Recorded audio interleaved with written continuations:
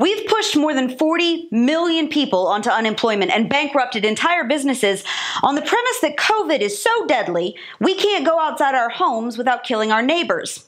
But now the left wants us to forget all of that because they've moved on to another cause. So riddle me this. What happened to the coronavirus?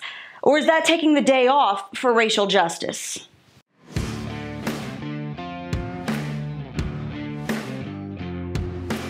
This is LeVar Stoney, the mayor of Richmond, Virginia. Now, 2 weeks ago, Stoney here announced that businesses that had prepped for reopening in the city must remain closed after all, citing COVID fears and saying that the city must protect minority communities that have been disproportionately affected by the deadly coronavirus.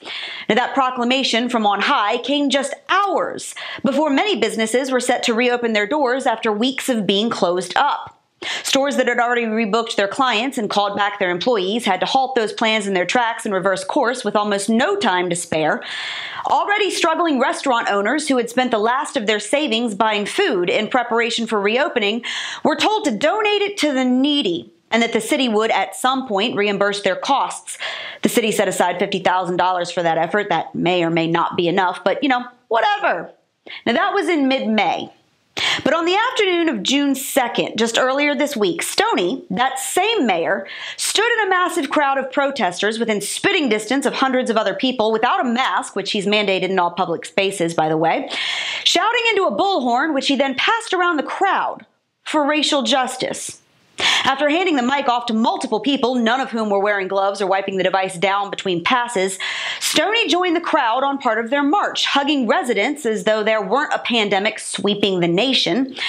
Now here's Stoney screaming into the bullhorn sans facial covering. Here he is hugging a protester who is also without a mask. Here he is walking with protesters, many of whom are not wearing masks and none of whom are making any effort to stay socially distant.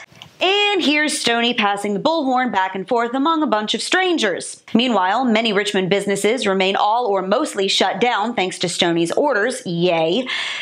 It's funny how the coronavirus, a pandemic smart enough to know the difference between a packed Walmart and a church, has now decided to take the day off to allow tens of thousands of people to pack into our city streets to protest the police.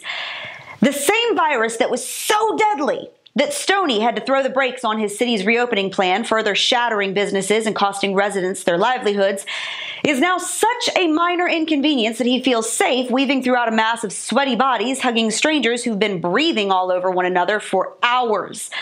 And apparently, that's just what we've all decided now. The same virus that was so dangerous, so contagious, that hairstylists were being thrown in jail for booking clients, and Americans protesting unconstitutional shutdown measures were branded grandma killers by left-wing politicians in the liberal media, is now so tame, it's not even worth considering before you pick up your cardboard sign and head off to loot the local Target.